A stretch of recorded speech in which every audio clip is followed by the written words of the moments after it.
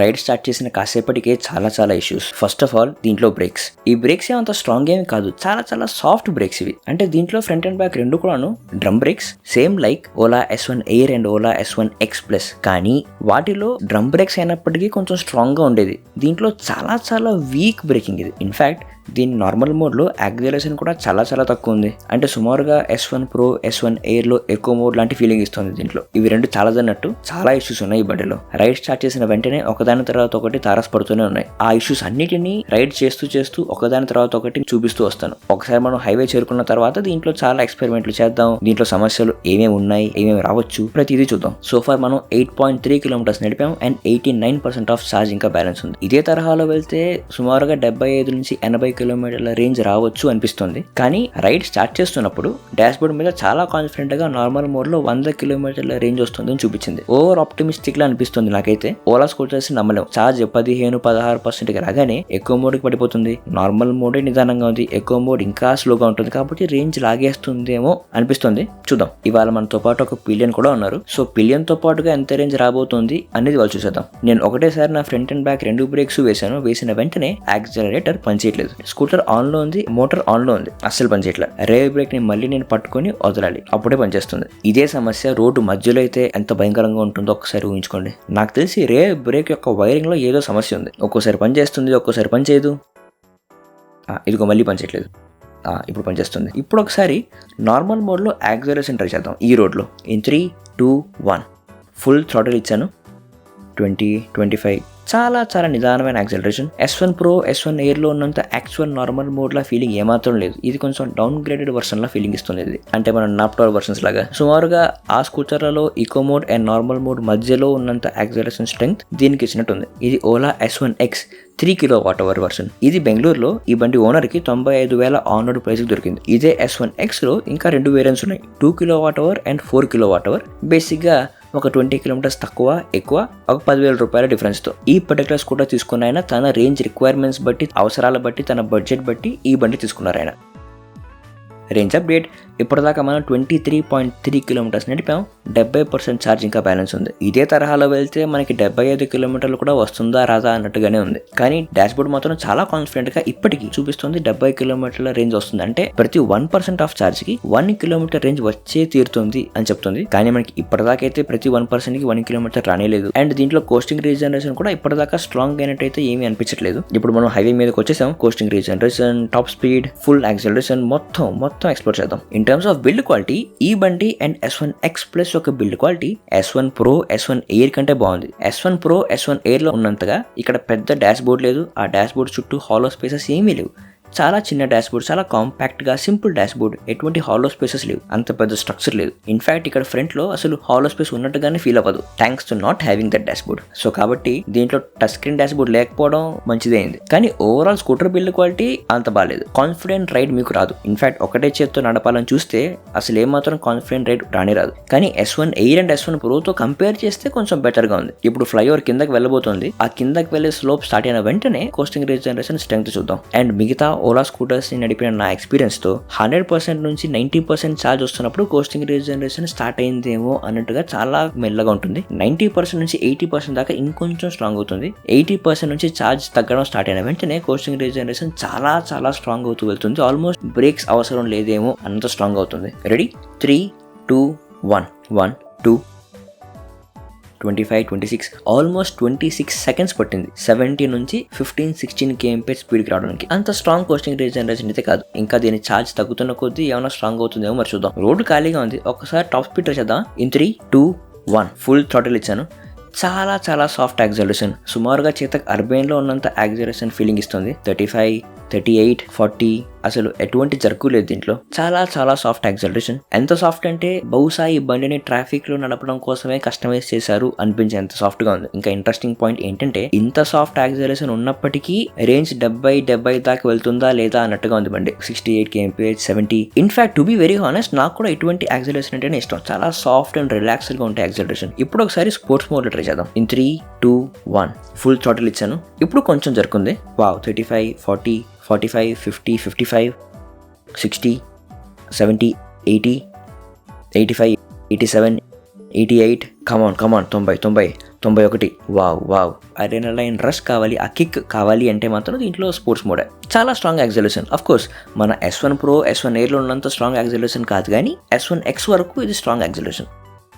ప్రతి ఓలా మోడల్లో నేను కాన్స్టెంట్గా చూసే సమస్య బ్రేక్స్ అండ్ హ్యాండిల్ పట్టుకునే తీరు. దీని ఎర్గనామిక్స్ బేసికలీ చాలా అన్కంఫర్టబుల్గా ఉంది, especially between accelerator and brakes. దీని ఏథర్ ఎవరింటితో పోలిస్తే దీని హ్యాండిల్ హైట్ కొంచెం ఎత్తుగా ఉంటుంది. అందువల్ల మీ చేతులు ఒక రిలాక్స్డ్ పోస్చర్లో ఉండదు, కొంచెం పైకి ఉంటుంది. అండ్ అది పైకి ఉండడం వల్ల యాక్సిలరేటర్ని మీరు ఇలా పట్టుకోవాల్సి ఉంటుంది. ఇలా ఉన్నప్పుడు బ్రేక్ లివర్కి ఎర్గనామిక్స్ కరెక్ట్గా లేకపోతే రిస్ట్ దగ్గర చాలా పెయిన్ వస్తుంది. ఈ పర్టికులర్ స్కూటర్లో అది చాలా ఎక్కువ ఉంది. అది ఎందుకంటే దీంట్లో బ్రేక్ లివర్స్ కూడా చాలా టైట్గా ఉంది. అండ్ అది బహుశా 2 కారణాల వల్ల ఉండొచ్చు. ఒకటి, బ్రేక్ లివర్ చాలా టైట్గా ఉంది, దాన్ని కొంచెం లూజ్ చేసుకోవాలి. సెకండ్ది, బ్రేక్స్ చాలా వీక్గా ఉంది, కాబట్టి ఎంత గట్టిగా బ్రేక్స్ నొక్కితే అంత బెటర్గా బండి ఆగుతుంది కనుక. ఇంకా దీంట్లో front and back drum breaks కాబట్టి అంత స్ట్రాంగ్ బ్రేక్స్ ఏమీ కాదు. సో కనుక మీరు స్కూటర్ని స్లో చేయాలన్నా ఆపాలన్నా ఎక్కువ స్ట్రాంగ్గా లాగాలి బ్రేక్స్ని. అండ్ దానివల్ల చాలా అన్కంఫర్టబుల్ రైడ్ ఉంటుంది, ఎస్పెషల్లీ మీ రిస్ట్ దగ్గర. ఇంకా దానికి తోడు ఫ్రంట్ అండ్ బ్యాక్ 2 బ్రేక్స్ ని ఒకటేసారి వేశారో యాక్సిలరేటర్ పనిచేయదు.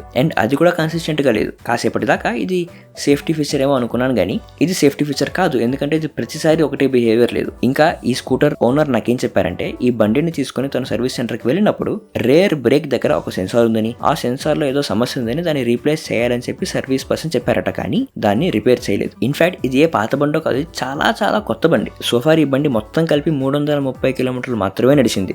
ఈ బండి కొని కేవలం 4 రోజులైంది అంతే. అండ్ దీంట్లో సమస్యలు ఉన్నాయి. ఇంకా మీ దగ్గర కూడా ఓలా S1X ఉండి దాంట్లో కూడా ఏమైనా సమస్యలు ఉంటే మీరు దయచేసి కింద కమెంట్స్లో మాకు చెప్పండి.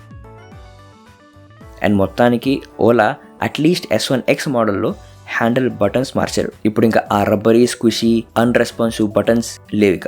ఇక్కడేమైంది, పంచరా? ఓకే. ఆ S1 Proలో, S1 Airలో ఉండే రబ్బరీ స్క్విషీ బటన్స్ నాకు అస్సలు నచ్చేది కాదు, ఎందుకంటే అవి పని చేయవు కూడా. ఇవి బాగున్నాయి అండ్ వీటి నుంచి ఒక solid response and solid feedback ఉంది. ఇంకా ఇవి వాడడానికి చాలా కంఫర్టబుల్ గా ఉంది, ఎందుకంటే ఆ బటన్స్ లో లాగా ఇది కాంప్లికేటెడ్ ఏమీ కాదు అండ్ క్లట్టర్డ్ గా కూడా లేదు. ఇటువంటి హ్యాండిల్ బటన్స్ వల్లనే ఒక మజిల్ మెమరీ ఫామ్ అవుతుంది. కానీ దీంట్లో కాంప్రమైజ్ ఏంటంటే, ఆ స్కూటర్లో ఉన్నట్టుగా దీంట్లో ఎక్కువ features Rao on the handle buttons. To be honest, ఇవే సరిపోతాయి. ఇక్కడ ఇచ్చిన ఫీచర్సే ప్రాక్టికల్ డేకి సరిపోతాయి. కుడివైపు వచ్చేసి మీకు reverse gear, cruise control, riding mode change చేసే నాబ్, అండ్ ఎడమ పక్క head light, Hank and indicator switch. ఇవే సరిపోతాయి కదా. S1 Air అండ్ Proతో పోలిస్తే దీంట్లో ఉండే కాంప్రమైజెస్ కేవలం బ్లూటూత్ ఫీచర్స్, కానీ అడ్వాంటేజ్ మాత్రం ఏంటంటే ఎటువంటి కాంప్లికేటెడ్ బటన్స్ అయితే లేవు. నిజంగా మీరు నన్ను అడిగితే S1 Pro అండ్ Airలో ఉండే డాష్ బోర్డ్ బటన్సే డౌన్ గ్రేడెడ్ బటన్స్, ఇవే బాగున్నాయి. కానీ నాకు వచ్చిన ఫీడ్బ్యాక్ ఏంటంటే ఫ్రమ్ ది ఓనర్, ఈ బటన్స్ ప్రతిసారి పనిచేయదు.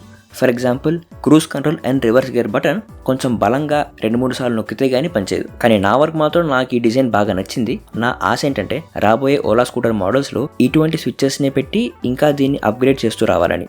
Not those rubbery buttons anymore. And next దీని సైడ్ మిర్రర్స్. ఈ రౌండ్ సైడ్ మిర్రర్స్ ఉన్నాయి చూసారు, ఏమాత్రం పనికిరావు. ఒకటి, దూరంగా ఉండే బండ్లను చూడొచ్చు, లేదా అతి దగ్గరలో ఉండే బండ్లను చూడొచ్చు, కానీ అవి కూడా ఇన్ఫర్మేషన్ పూర్తిగా కనిపించదు. ఎందుకంటే ఇక్కడ ఈ సైడ్ మిర్రర్లో కనీసం 25-30% మన వీపీ ఉంటుంది. ఒకవేళ సైడ్ మిర్రర్లో మనం రాకూడదు అనుకుని దీన్ని తిప్పితే కేవలం దూరంగా ఉండే బండి మాత్రమే కనిపిస్తుంది, అతి దగ్గరలో ఉండే బండి ఏమి మనకు కనిపించదు. ఈ బండి ఓనర్ కూడా థర్డ్ పార్టీ సైడ్ మిర్రర్స్ కొని ఫిక్స్ చేద్దాం అనే పనిలో ఉండగా నేను మధ్యలో వెళ్ళి రేంజ్ టెస్ట్ కోసం తీసుకున్నాను. అందుకే ఇక్కడ ఒక సైడ్ మిర్రర్ లేదు.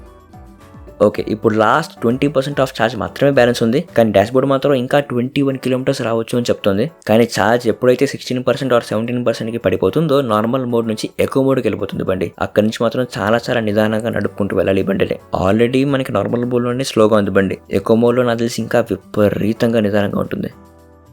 ఓకే, లాస్ట్ 10% ఆఫ్ ఛార్జ్ మాత్రమే బ్యాలెన్స్ ఉంది. ఇక్కడ నుంచి ఇల్లు కూడా 10 కిలోమీటర్ల దూరంలో ఉంది. రేంజ్ ఎస్టిమేట్ కూడా 10 కిలోమీటర్లను చూపిస్తుంది.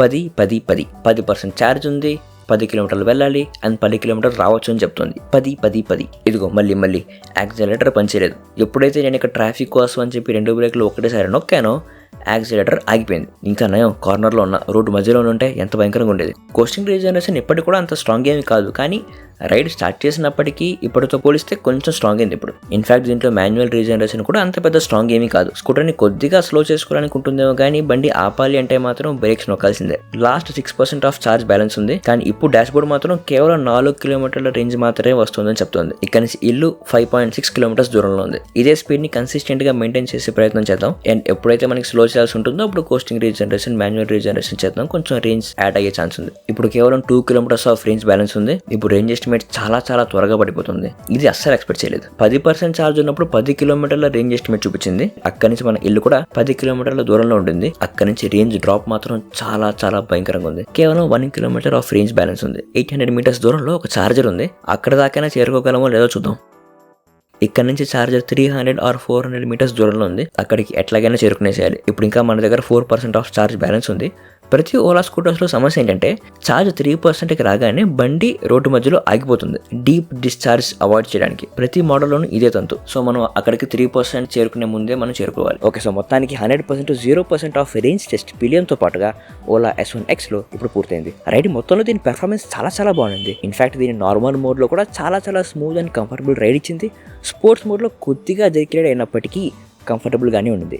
ఎక్కువ మోడ్ అయితే ఎప్పట్లాగా చాలా నిదానంగా చాలా స్మూత్గానే ఉండింది రైడ్. కానీ దీని బ్రేక్స్తో 3 సమస్యలు ఉన్నాయి. ఫస్ట్ది, దీని ముందు వెనక 2 డ్రమ్ బ్రేక్స్ చాలా వీకర్ బ్రేక్స్. ఇది మీరు ఎంత గట్టిగా నొక్కినా కూడా బండిని అంత త్వరగా ఆపలేరు. సెకండ్, కోస్టింగ్ రీజనరేషన్ చాలా week. And third most important, 2 బ్రేక్లని ఒకటేసారి పట్టుకున్నారు, యాక్సిలరేటర్ పని చెయ్యదు. యాజ్ యూజువల్ ఓలా స్కూటర్స్లో రేంజ్ ఎస్టిమేట్ని మీరు నమ్మడానికి లేదు. పిలియన్తో పాటు వెళ్తున్నారు అంటే 15 లేదా 20% దాకా రేంజ్ ఎస్టిమేట్ నుంచి అసలు రేంజ్కి డిఫరెన్స్ ఎక్స్పెక్ట్ చేయండి. మన రేంజ్ టెస్ట్లో పిలియన్తో పాటుగా ఓలా S1Xలో 100% నుంచి 0% దాకా 79 కిలోమీటర్ల రేంజ్ వచ్చింది. నెక్స్ట్ వీక్ ఏ బండి మీద రేంజ్ టెస్ట్ చేయమంటారు? మీరు కమెంట్స్ నాకు చెప్పండి.